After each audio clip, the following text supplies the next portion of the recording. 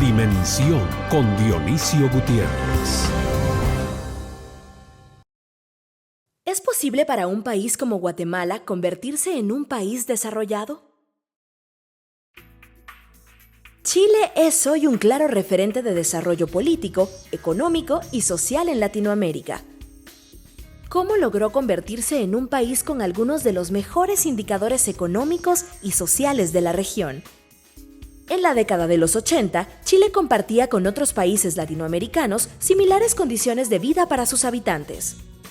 En 1982, Chile registraba un PIB per cápita de $2.111, ligeramente inferior al promedio de Latinoamérica, que se ubicaba en $2.194. Para el año 2012, 30 años después, Chile registra el PIB per cápita más alto de América Latina, $15.410.11, mientras que el promedio de la región es de $10.790. El de Guatemala es de apenas $3.400. Para 1987, el 47% de los chilenos vivía en pobreza. Para 2009, Chile había logrado reducir esta condición significativamente a 15%. En la mayoría de países de la región de América Latina, la reducción de la pobreza ha sido muy lenta. En el caso de Guatemala, esta afecta a más del 50% de la población. Después de varias décadas de experimentar un alto crecimiento económico, Chile está próximo a convertirse en el primer país desarrollado de América Latina. Hoy, Chile es miembro de la OECD, la Organización para la Cooperación y el Desarrollo Económico, que aglutina a los 34 países más ricos del mundo. Y de acuerdo con estudios internacionales, es el país más competitivo de América Latina, posicionándose en el puesto 33 del Índice Global de Competitividad. Tiene el mejor clima de negocios de la región y es el país menos corrupto, cercano a la posición de Estados Unidos, Japón e Inglaterra. Junto a países como Singapur y Luxemburgo, entre otros, es considerado dentro de las naciones con un índice de desarrollo humano muy alto. Y de acuerdo al Índice de Paz Global, Chile es de los países más pacíficos del mundo, a la par de Holanda, Canadá o Noruega. Estos números, más allá de cifras, dan cuenta de una sociedad que ha trabajado duro y con rumbo definido para llevar bienestar a la mayoría de su gente. Dimensión les presenta la entrevista realizada al expresidente chileno Eduardo Frei, con quien comentamos la situación de nuestro país, su paso por la presidencia de Chile y la manera como su país ha logrado colocarse entre los primeros lugares de América Latina en materia de desarrollo.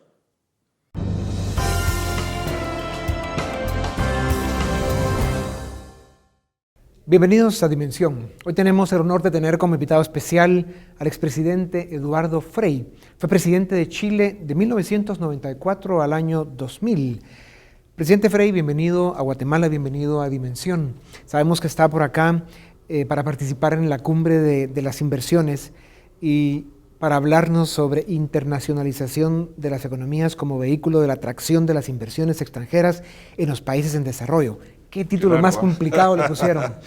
Le pusieron un título difícil. La mitad de la gente no lo va a entender. Exactamente, y por eso lo dije a propósito, pero estoy seguro que en esta entrevista usted nos va a contar no solo el éxito de Chile, por qué es Chile un país tan exitoso, su paso por la presidencia, cómo fue que usted aportó como parte de los gobiernos de la concertación a ese gran milagro chileno que todos admiramos y apreciamos desde todas las partes del mundo. ¿Por qué Chile ha logrado despegar económicamente? ¿Cuáles son las características que le han permitido lograr un mejor desempeño, sobre todo que sus vecinos? Bueno, en primer lugar agradecer esta oportunidad. El título de la conferencia es hablan de bastante largo y hacen clase magistral, una cosa así extraordinaria. Yo creo que el título se refiere básicamente a decir si la inserción de Chile en la globalización del mundo y todos los acuerdos comerciales que tenemos ha logrado mayor inversión hacia Chile y ha impulsado más el desarrollo. Es un poco la idea fuerza que yo voy a tratar de explicar hoy día. Pero quería también compartir con usted que yo siento que Chile no es un milagro, ni tampoco una experiencia a aportar, ni venimos a dar ejemplos, ni a dar lecciones, porque mucha gente me dice, aquí y en varias partes me dice, bueno, ¿qué tenemos que hacer nosotros? Yo siento que no tenemos ni el título para andar por América Latina hablando de elecciones o dando ejemplos o ser el éxito. Yo creo que Chile ha construido una experiencia en base a la realidad nuestra, a lo que ha sido nuestra historia, y que comienza muy fuertemente cuando reconquistamos la democracia. ¿En qué consiste? Muy simplemente, en formar una coalición política que le dé gobernabilidad al país, que le dé mayoría, que permita hacer los cambios que Chile necesita en cada etapa de su historia.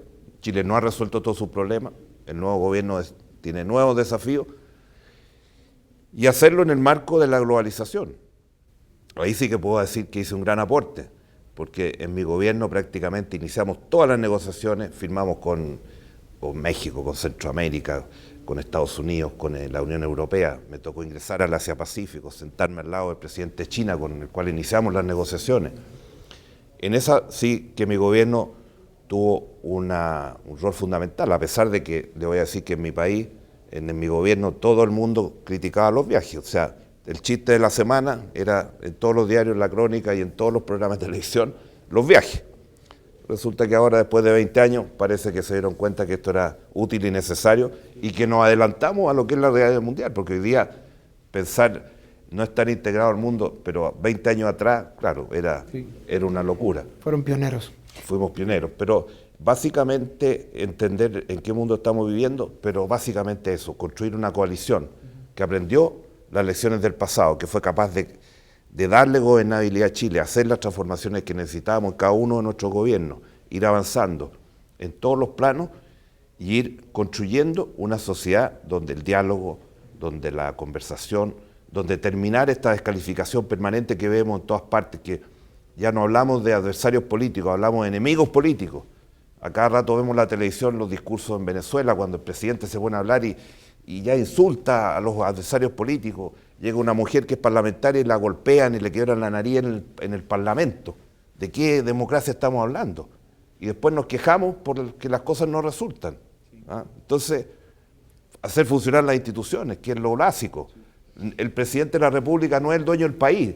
Si esto no es un fondo que uno le entregan por 6 años. Uno es el líder, el mayor responsable de su país. Y otro mal que aprendimos en Chile, en forma muy dura, es que la historia no comienza cuando yo llego a la presidencia. Porque aquí todos llegan a la presidencia y destruyen, y descubren que la historia comenzó con ellos. Son todos iluminados, construyen el mundo, descubren la rueda. Y al final, ¿en qué termina? Sí, el poder tiene sus problemas. Cuando hablamos del milagro de Chile desde fuera de Chile, es porque nosotros, en el resto del mundo, no sufrimos los dolores que sufrieron ustedes en Chile para ir construyendo lo que es hoy Chile. Y claro, desde fuera lo que vemos son los resultados y por eso lo vemos como un milagro, pero tiene usted razón, lo que toma es ese esfuerzo, ese proceso y los sacrificios que conlleva el construir y desarrollar una nación. Obviamente usted es un demócrata, cree en la democracia y está consciente del papel que ha jugado en estos logros. A través de los 4 gobiernos de la Concertación, que fueron cada uno de ellos electos democráticamente, pues la democracia jugó un papel protagónico. Háblenos un poco de eso para compartir. Nosotros ingresamos, bueno, la gran lucha en Chile fue en los años 80 para retornar a la democracia. Ahí nos jugamos todos, construimos confianza, construimos amistades cívicas, fuimos transmitiéndole confianza a los ciudadanos. Los ciudadanos no querían inscribirse porque suponían que le iban a robar la elección, como tantas elecciones se roban en nuestro continente y en América Latina. Y a través de esa situación y del dolor que llevábamos, fuimos construyendo esta mayoría que permitía gobernar y entender que el país es de todos, que hay que incorporar a todos los ciudadanos y que los gobiernos están para tomar decisiones y para ayudar al desarrollo. Y como le dije antes, que no íbamos a descubrir la rueda ni íbamos a construir el país. Cuando yo asumo, soy el presidente número 34 de Chile y asumo con toda la historia, con lo bueno y con lo malo, con lo positivo y lo negativo. Y eliminar el populismo, que es otra lacra en América Latina. Eliminar la corrupción, desgraciadamente, que también campea en nuestro continente, y lo vemos ahora, y nos da pena, nos da rabia, nos da molestia ver cuando vemos en la televisión programas en los países en que hablan de robo de millones de dólares, de euros, qué sé yo. O sea, trabajar con un sentido ético y moral de la política, separar lo que son los negocios privados de la actividad del servicio público. Y eso es fundamental. Entender que en el país, y cuando uno asume, no tiene todos los recursos para resolver todos los problemas, y por lo tanto ahí viene la conexión público-privada, lo que ha sido este foro, la conexión público-privada para resolver los problemas de la gente en un periodo de tiempo limitado, y no que los ciudadanos tengan que esperar 20, 30 o 40 años para tener agua potable. Alguna persona aquí en Guatemala que no tiene agua potable se siente identificada con la democracia y con los poderes y con las instituciones. Cuando le hablan de gobernabilidad y no tiene agua en su casa, ¿le decimos algo? No le decimos nada. Ese problema hay que resolverlo. Y eso se resuelve en el sector público y el sector privado. Entender que las grandes transformaciones del país no se pueden hacer en un periodo de gobierno. A mí me tocó iniciar la reforma judicial más importante de Chile en 100 años. Nos demoramos 7 años, desde que partimos hasta que estuvo implementada en todo Chile. Si el presidente que me sucedió, que fue el presidente Lago, hubiera llegado el año 2000 y hubiera dicho todo lo que se ha hecho para atrás está malo, bueno, habríamos abortado ese trabajo. Como él inició un programa de salud que después fue continuado por la presidenta Bachelet, o una serie de proyectos y programas de reformas institucionales que tardan más de un periodo de gobierno. El tema tan comentado hoy día, y en todas las entrevistas hemos hablado aquí de los temas mineros, medioambientales. En Chile, en los 90, como en ninguna parte de América Latina, teníamos leyes medioambientales. A mí me tocó aplicar la ley. Fue promulgada por el presidente Elwin al terminar su periodo, promulga la ley, yo asumo y tengo que implementar la ley, hacer la institución para que funcione y para que los proyectos se puedan. Y vamos a hablar de esos proyectos. Toda esta visión de conjunto, creo que, y otro factor esencial, el tema de integración. Yo creo que nosotros, si no nos integramos, estamos perdidos.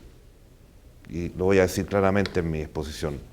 Mercosur lleva ¿cuánto? 20, 30 años. Si de los acuerdos de libre comercio empezamos a hablar en los años 60 o 70.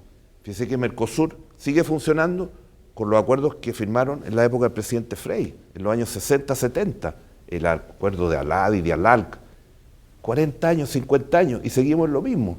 Entonces, en un mundo que avanza a una velocidad y que a partir de los 90, con toda la revolución de las comunicaciones, con toda la globalización, está interconectado y avanza a velocidades impresionantes, si usted se queda detenido, pierde, ¿no?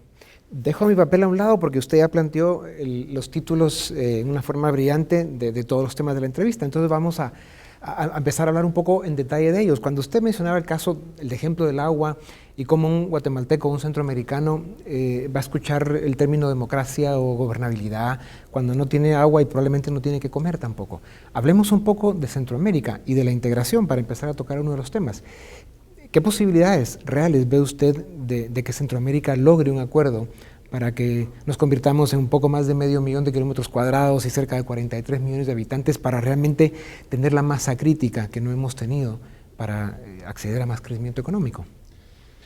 Mire, yo creo que es fundamental. Yo en mi exposición voy a plantear claramente que el proceso de globalización de Chile nos ha permitido tener una red de contactos a nivel mundial que significan que el 60 o el 70% de todo lo que es nuestro Producto Interno, todo lo que es el PIB, está en el comercio exterior, importación, exportación de servicios. Y que eso ha redundado en que tengamos millones de dólares de inversión extranjera. El año pasado tuvimos 30.000 millones de dólares. Le doy un solo ejemplo. Brasil recibió 60.000 millones y Brasil es la 7ª economía del mundo. Tiene una economía 10 veces la nuestra. Entonces eso es muchos recursos, pero son fruto de que ordenamos el país, tenemos reglas de juego claras, hay confianza jurídica, al extranjero no se le discrimina y por lo tanto el hecho de la integración nos permite compartir y trabajar en los mercados globales. Porque se habla de que Chile va a ser un país desarrollado en 5 años, ¿usted coincide con este dato? Bueno, las cifras muestran que este año podríamos llegar a un ingreso per cápita del orden de 20.000. Ya. Si continuamos esta senda, ahora, estos asuntos son bastante complejos porque de repente nos vino otra crisis como nos tocó. Yo el año 98 estaba en el 4º año de mi gobierno, crecíamos al 7,5 y vino la crisis, claro, nos fuimos al suelo. Los ciclos. Después del 2008-2009 la crisis subprime, que nos pilló fuerte. Y ahora nuevamente se sigue hablando que podría haber un ajuste en los próximos años, sobre todo en los commodities. Pero para eso hay que estar integrado al mundo. Nosotros firmamos con Centroamérica el año 99 el acuerdo global y recién el año 2010 el acuerdo complementario con Guatemala. Pero eso requiere una mayor integración para poder competir. Mire, yo estuve en China hace poco, en una reunión del Parlamento chileno con la Asamblea Popular. Usted llega y le dicen, ¿cuántos son los chilenos? 17 millones. China crece de 17 millones al año. Así es. Presidente, vamos a ir a un corte y regresamos en un momento para seguir en Dimensión con el presidente Eduardo Frei, expresidente de Chile.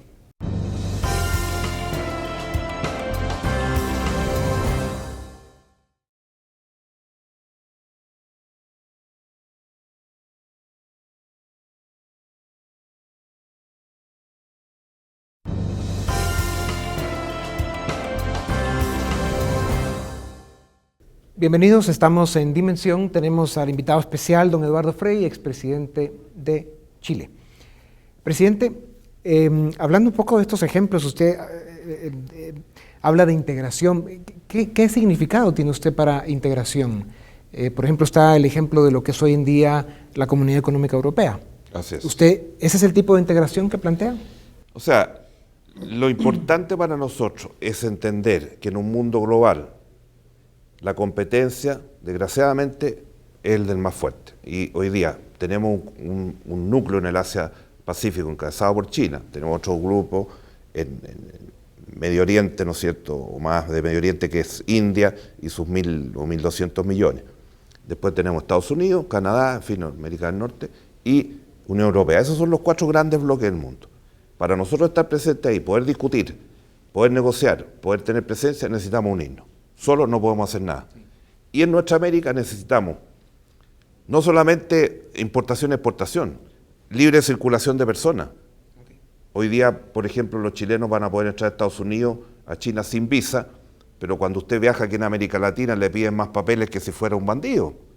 Si usted quiere trabajar en un país vecino, cualquier cantidad de problemas. O sea, ese es el modelo de integración que usted lógico, habla. que las personas puedan ir a estudiar a otro país o que puedan trabajar en nuestro país, que las inversiones puedan fluir. Hoy día las empresas chilenas han invertido más de 70.000 millones de dólares. ¿Dónde? En América Latina. No han ido a los paraísos fiscales. Y eso ha permitido trabajo, ha permitido unidad, ha permitido... Hoy día, por ejemplo, le digo, hay muchos españoles que están llegando a trabajar a Chile. Son gente muy capacitada. Pero ¿por qué no puede llegar gente de Colombia, o de Venezuela, o de Brasil? ¿Por qué hay países en América Latina que tienen 6 monedas, 8 monedas, que ponen todos los días barreras nuevas al comercio? Países que... Claro. O sea, usted el modelo de integración del que habla es una liberalización, que los elementos de la producción, que los seres humanos puedan viajar libremente, que haya intercambio libre de bienes y servicios. O sea, eso es un levantamiento de fronteras, de aduanas. Exacto. Ya. Y eso creo que nos ayudaría muchísimo. Por lo menos en el caso de Chile, la experiencia de Chile en eso ha sido positiva. O sea, lo que le decía antes, hoy día más del 60% de todo lo que nosotros producimos está en el comercio exterior. O sea, hay millones de personas que trabajan en Chile que dependen de los tratados que hemos logrado y de la circulación que tenemos. Y eso hay que seguir avanzando, pero no a paso de tortuga. Mercosur, llevamos 20 años en Mercosur. ¿Qué se ha avanzado? Más trabas, más problemas. Sí. Uruguay dice ahora, quiero integrarme a la Alianza del Pacífico, porque me conviene más. Me aplasta Brasil, me aplasta Argentina, y yo quiero ingresar a esa comunidad que está avanzando realmente en una liberalización mucho más rápida y mucho más potente.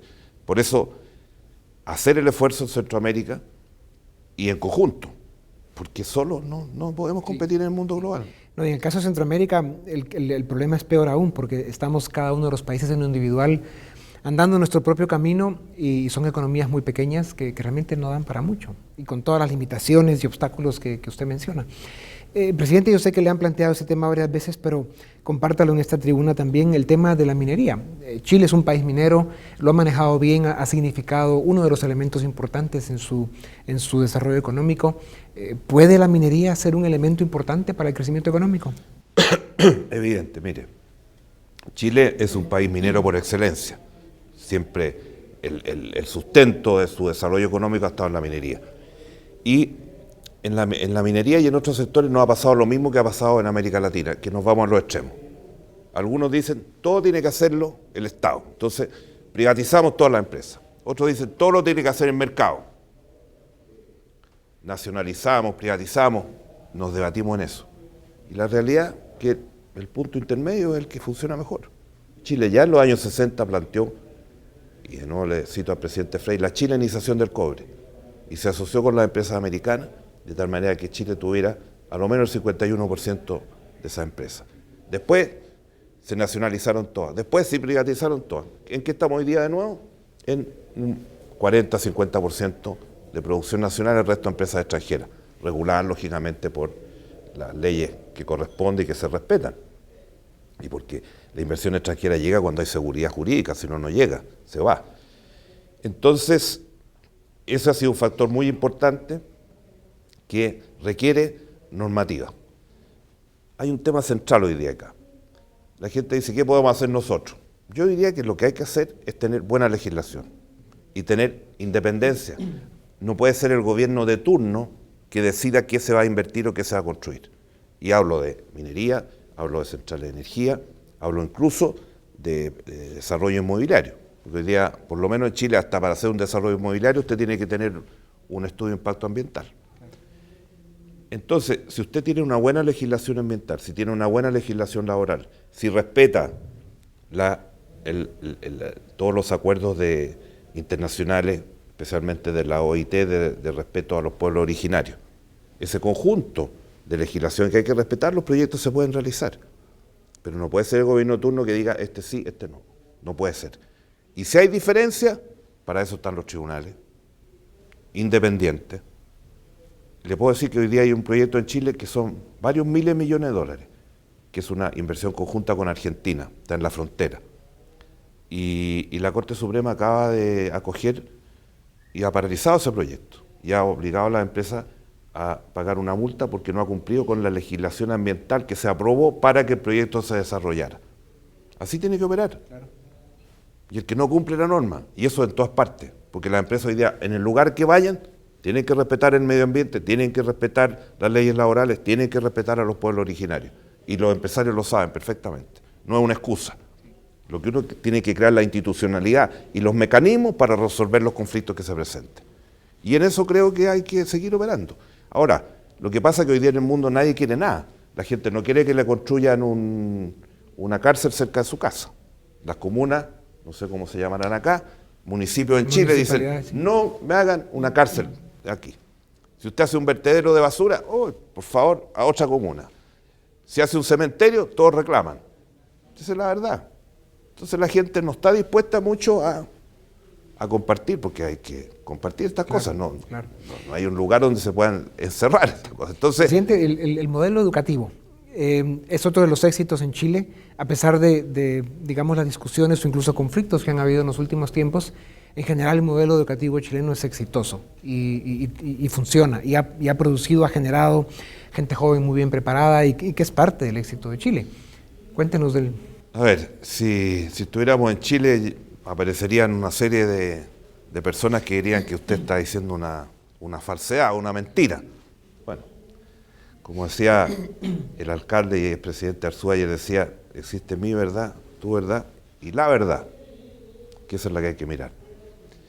Le digo en dos palabras, Chile hoy día tiene un presupuesto fiscal de 60.000 millones de dólares, de los cuales 15.000 van a educación.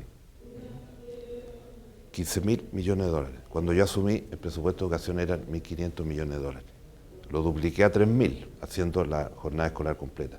Hoy día tenemos cobertura de enseñanza básica, enseñanza media, cobertura de kinder. El kinder ya alcanza el 93% de los niños. Hoy día, a diferencia del año 90, que habían 200.000 estudiantes de educación superior, ahora estamos 1.300.000 de educación, 1.200.000, 1.300.000.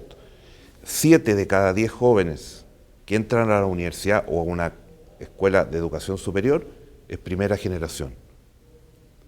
Entonces, ¿qué pasó? Que el año 90 teníamos un ingreso per cápita muy similar al que tiene Guatemala hoy día. Hoy día estamos llegando a entre 19 y 20.000. Entonces el país creció, se desarrolló y la gente quiere vivir con su casa propia. Quiere ojalá tener una casa de veraneo, quiere tener automóvil o uno o dos en la casa, quiere tener su hijo en la universidad o en una escuela de educación superior. ¿Y eso cómo se paga? Y quiere pagar impuestos como país subdesarrollado. Porque los países desarrollados que tienen toda esta facilidad y tienen salud, educación y calidad de vida, tienen tasas de impuestos 30, 35%. Nosotros con un 18 o 20% queremos hacer lo mismo. No dan las cifras. Por eso se habla de un cambio tributario o un royalty para las empresas mineras, que cuando planteamos el royalty de la empresa minera hace 5 o 6 años atrás, dijeron no van a llegar ni una inversión. Y resulta que las inversiones siguen igual. ¿Por qué? Porque llevamos el royalty a lo que es la media internacional. Y las empresas internacionales o están en Australia o están en Sudáfrica y pagan eso. O sea, que usted diría entonces que el modelo chileno pues, ha funcionado, ha dado resultados lo suficientemente buenos para hacer de Chile un hoy país día educado. cualquier estudiante para hablar del tema de educación que llega a una universidad extranjera no tiene dificultades, puede seguirla.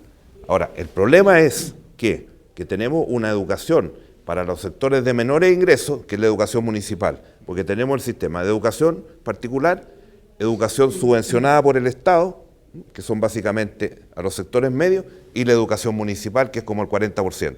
Y ahí la calidad es mala. Y eso es lo que hay que remediar, eso es lo que hay que cambiar.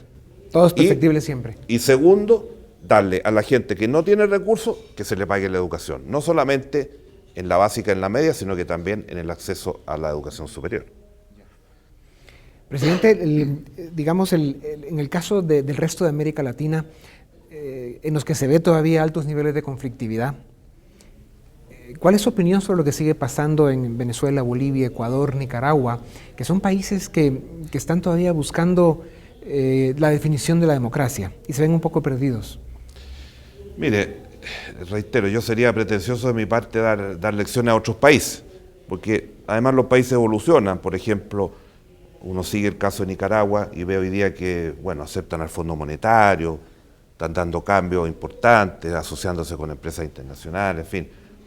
Hay muchos ejemplos y muchas realidades. Es muy difícil porque nosotros sentimos, nos parecemos mucho, pensamos relativamente igual, pero cada país tiene sus complejidades y tiene sus realidades y su historia. Por eso digo, compartir experiencias más que venir a dictar cátedra de lo que hay que hacer o no hacer, sino que decir, esto es lo que hemos hecho, si a usted le sirve esto, lo podemos compartir, en fin, eso es compartir experiencias. Ahora, dentro del modelo global, lo que sí le puedo decir con absoluta responsabilidad, aquí nos han vendido la pomada, como decimos en Chile, de que el modelo de Venezuela era la solución de los problemas de los países de vía de desarrollo.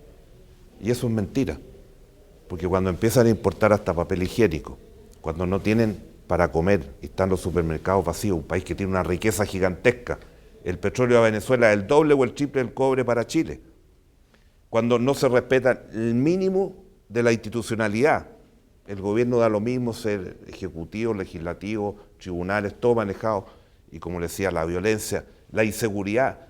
Caracas es una ciudad de las más inseguras del mundo, más que Bagdad y otras. ¿Es el modelo que quiero? No, no lo quiero para Chile ni lo quiero para Latinoamérica, porque es un modelo que trae más pobreza, más inseguridad, más deterioro. ¿Cuál es el avance? Ninguno. Entonces, ese modelo, yo creo que los países se van dando cuenta. El camino está claro que es por otro lado. Vamos a un corte y regresamos en un momento para seguir en Dimensión con el presidente Eduardo Frei.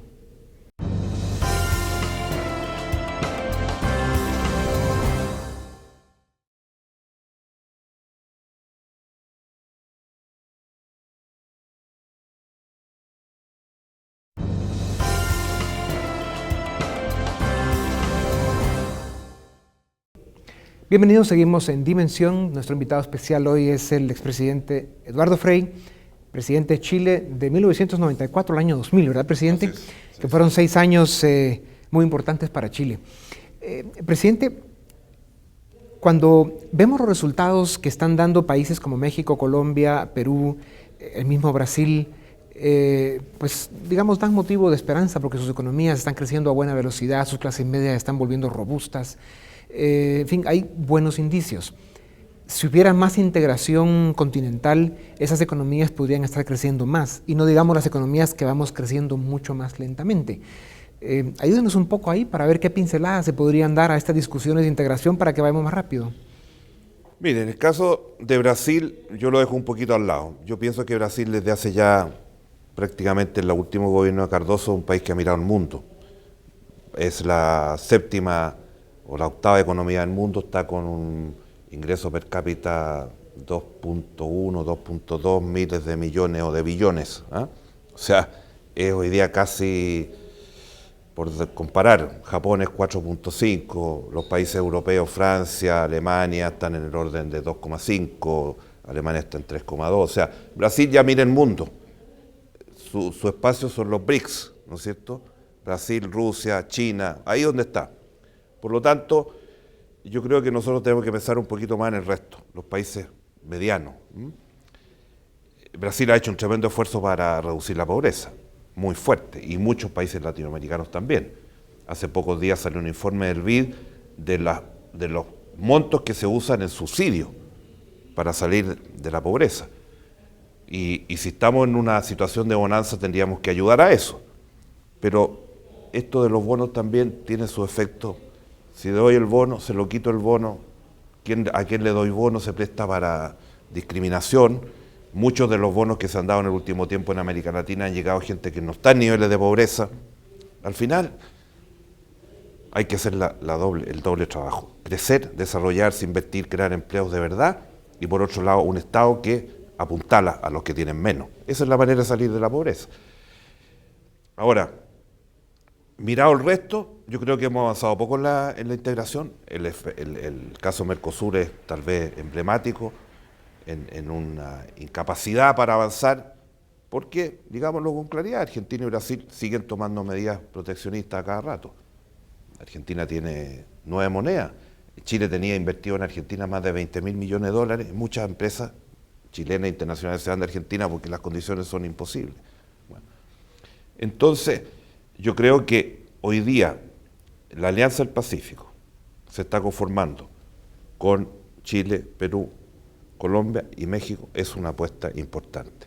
Hay una voluntad real de avanzar en una liberalización de verdad, del comercio, los servicios, personas, etc.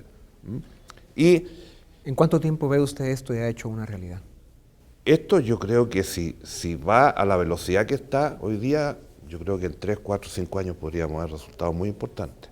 Está muy mirado también por los asiáticos, ven con mucho optimismo eso, porque ellos entran, pero negocian de gobierno a gobierno. Claro. Con el caso de Cuba, Venezuela, claro, los chinos entran, pero se entienden a nivel de gobierno.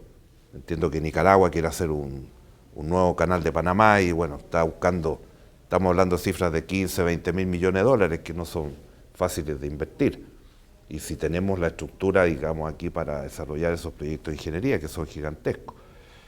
Pero avanzar en un proceso de integración hoy día en los países que estamos integrando este acuerdo y ojalá que se integren Guatemala, que ha manifestado, y el presidente entiendo que fue a Cali a la última reunión, fue la presidenta de Costa Rica, el presidente de Panamá también, y por eso buscar un acuerdo lo más rápido posible y avanzar mucho más en la liberalización y poder competir en los mercados globales. Además, tenemos un periodo en que sabemos que la Unión Europea va a ser un periodo de 3, 4, 5 años que salgan de sus problemas. En el caso de Estados Unidos ha andado más rápido, se piensa que China va a disminuir la velocidad de su crecimiento y esa oportunidad hay que aprovecharla ahora, porque hoy día la bonanza que estamos viviendo en América Latina es producto de los altos precios de los commodities y los altos precios de alimentos, producto de la expansión de los países asiáticos y muy especialmente China. Entonces, esos recursos hay que aprovecharlos y invertirlos en lo que realmente necesita nuestra gente. No solamente un bono, a veces hay que dar un bono, pero no puede ser la política del Estado repartir bonos a diestra y siniestra que se prestan, como le decía antes, a discriminaciones y se prestan para todo tipo de corrupción. Presidente, usted es uno de los pocos personajes de Iberoamérica que tiene una visión integral del mundo, de su economía, de la política y la necesidad de una interacción sana entre los elementos que hacen, que construyen una democracia, una sociedad sana y que tiene deseos de progreso. Y por eso es muy importante el que usted vaya por el mundo contando estas cosas, cuando habla de la interrelación que hay de lo que está pasando en la economía de los países asiáticos, las oportunidades que tiene América Latina. Cuando usted habla de este grupo de países en los que podrían estar Guatemala, Costa Rica y Panamá, con México, Perú, Colombia y Chile, en esta integración económica, si esto se logra en los próximos 2 o 3 años, los resultados que podría dar esta alianza de integración son tan importantes que podría haber un antes y un después, una nueva era realmente. Háblenos un poco de qué visualiza usted con eso ya funcionando y funcionando bien. ¿Qué buenos resultados podemos ver? A ver, nosotros en esta última crisis como América Latina la hemos pasado bien. No hemos tenido los desastres por ejemplo, que hay en la Unión Europea. ¿Por qué? Porque en la década de los 90 y comienzo de la década del 2000, los países hicimos la tarea. Se hizo la reducción de los déficits fiscales. Chile, por ejemplo, no tiene deuda externa. Fuimos muy criticados cuando lo hicimos, que nos decían gasten plata en otras cosas, pero nos pillaron las crisis bien parados. Tenemos bonos soberanos, tenemos reservas. Entonces, hay que aprovechar este momento para que esos recursos adicionales que nos estén llegando se inviertan bien en cada uno de nuestros países, que eso es clave, porque seguramente como son estos ciclos pasan y vienen épocas complicadas. Y creo que hoy día vemos crecientemente, y como le decía, estos grandes bloques del mundo definiendo lo que es los grandes comercios, las grandes infraestructuras, las grandes definiciones de los sectores financieros, que son los que están hoy día en boga, y ahí nosotros no tenemos opinión, o no somos consultados. Normalmente nos llaman a los jefes de Estado de América Latina para estas cosas, somos como una comparsa nomás, no tenemos la influencia que teníamos hace 30 o 40 años. Entonces, en ese sentido, yo creo que un proceso de integración real entre nuestros países serviría para que nosotros pudiéramos tener una voz en el mercado internacional, pudiéramos competir con nuestros productos, pudiéramos acceder a nuevas tecnologías, porque no podemos seguir siendo países solamente exportadores de materias primas. Y eso es una realidad. Nosotros necesitamos inversiones que vengan y aporten valor agregado a nuestros productos. Y eso no es fácil de hacer, pero lo podríamos hacer si es que estamos mucho más unidos. Presidente, usted habló de estabilidad macroeconómica y lo importante que ha sido para países como Chile el tenerla, sobre todo en los momentos de crisis. O sea, que los gobiernos no gasten más de lo que ingresan, que no haya un exceso de deuda, en fin, que haya una sanidad en el tema fiscal y macroeconómico. El desarrollo de un país tiene la complejidad de que son varias palancas, varios botones los que hay que ir manejando y subiendo al mismo tiempo, porque para que los gobiernos tengan suficientes ingresos, la economía tiene que tener la masa y la robustez para poder producir los ingresos y que la parte correspondiente le llegue al Estado como impuestos, para que el Estado, el gobierno, pueda gastar en las cosas que le corresponde. Para que la economía haya inversión, trabajo y tal, pues tienen que darse las condiciones. Usted habló de certeza jurídica, habló de las seguridades que tiene que tener la inversión para traerla, y luego del volumen, ¿no? O sea, la escasa inversión que recibimos en los países de Centroamérica, Costa Rica y Panamá, 2 excepciones claras, pero aún así con niveles bajos de inversión, es una muestra de que ser países tan pequeños, aislados, digamos, nos dificulta el poder crecer económicamente. O sea, vivimos en una especie de atrapamiento, como atrapados por nuestra propia identidad. Por eso es tan importante la integración, el que ya nos empiecen a ver como una región mucho más grande. ¿Cómo damos ese paso? ¿A quiénes hay que convencer? Bueno, cada gobierno tiene que tomar sus decisiones, pero aquí hay un factor fundamental también, que es la inversión en infraestructura. Nosotros tenemos una infraestructura muy deficiente, por lo menos en el caso de Chile, que hemos hecho un gran esfuerzo en los últimos años, pero no estamos interconectados con los otros países. Yo firmé con el presidente Menem de Argentina el año 94, 15 pasos fronterizos, tenemos 4.000 kilómetros de frontera. La mayoría de esos pasos no se han construido. Hablamos de los corredores bioceánicos del Pacífico al Atlántico. ¿Dónde se están construyendo? ¿Dónde se están haciendo? Por eso que, en el caso de Chile, ¿qué es lo que hicimos nosotros? Incorporamos al sector privado en infraestructura, en vialidad, en puerto, en aeropuerto, en servicios sanitarios, en telecomunicaciones, con regulación, con normas claras, y eso ha permitido ser parte también del mundo global. Si usted no tiene infraestructura productiva, si no tiene infraestructura en telecomunicaciones, en acceso a internet y a todas las tecnologías hoy día, se queda fuera. Entonces, ese es un punto central. Y eso no lo puede hacer el Estado, porque el Estado tiene que concentrarse y tener prioridades. ¿Y yo me tengo que concentrar en qué? En educación, en salud, en vivienda, calidad de vida. Pero puedo invitar al sector privado que invierta en infraestructura de todo tipo que nos permita dar el salto. Y eso en Chile ha funcionado muy bien, sin duda. Y eso ha funcionado bien, no le digo que no sin reclamo. Porque yo le daba el caso del agua porque hasta el día de hoy dicen que privatizamos el agua. Si el agua no se privatiza, el agua es de Chile. Sí. Lo que privatizamos es un servicio por el cual usted paga una tarifa que está regulado por la ley. Pero yo no le digo a la persona, espere 30 años. Aún más, han sido tan grandes las inversiones en Chile que hoy día tenemos 95% de las aguas servidas tratadas. 95%. Somos número 5 en el mundo. Así es. Somos top 5. En el único tema que somos top 5 en ese. En el tema del agua. Vamos a nuestro último corte y volvemos en un momento para seguir en Dimensión con el presidente Eduardo Frei.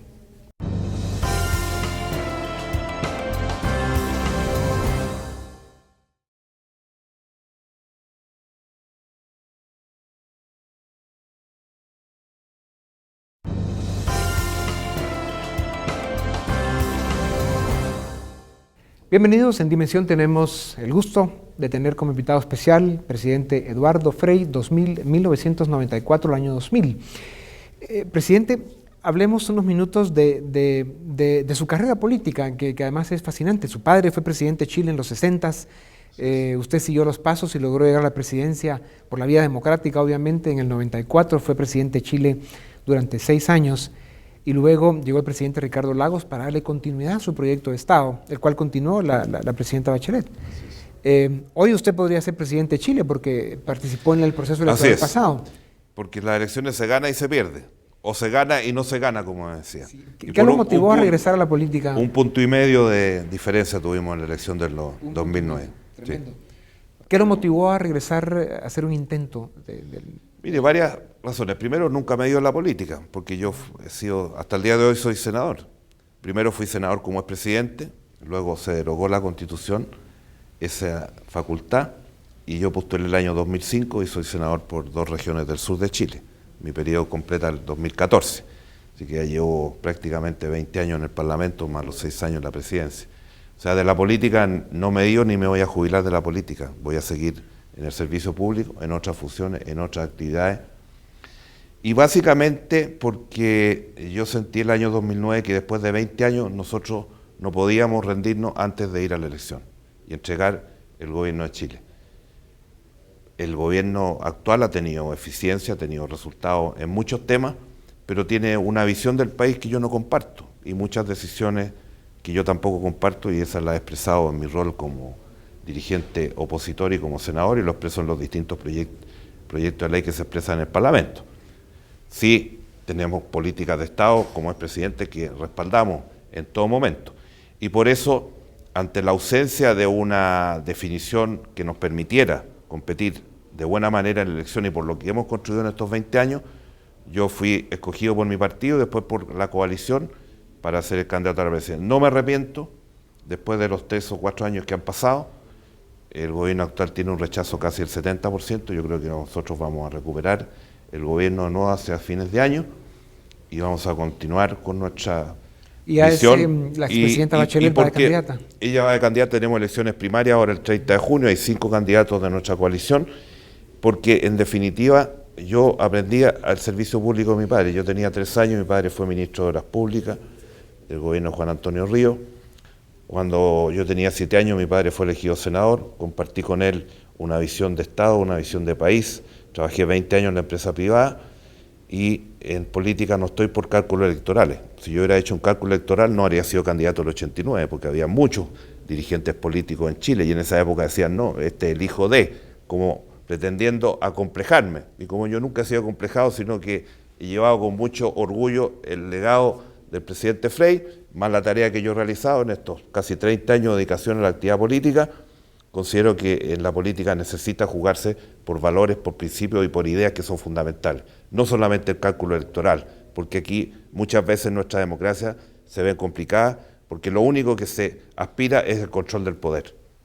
Y la visión tiene que ser no el control del poder, sino que el control del servicio público, en beneficio del país que uno representa y al cual uno intenta liderar. Por eso hice esa apuesta, por eso fui candidato No me arrepiento, lo haría nuevamente, seguramente haría otras cosas, como todo en la vida, pero enfrentado de nuevo a una situación así, no dudaría en hacerlo. Hoy día he tomado otra decisión.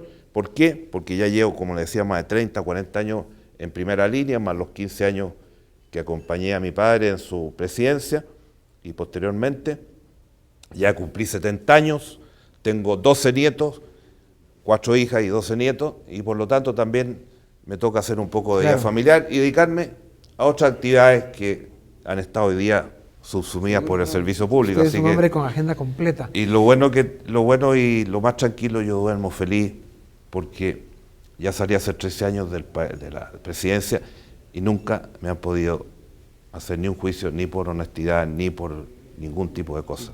Que es uno de los grandes privilegios. Dormir tranquilo, después de haber estado 6 años en la presidencia y más de 20 años en el Senado de Chile, me da la tranquilidad de poder trabajar por mi país y trabajar por los proyectos latinoamericanos, que son los que me interesan hoy día. Sin duda alguna.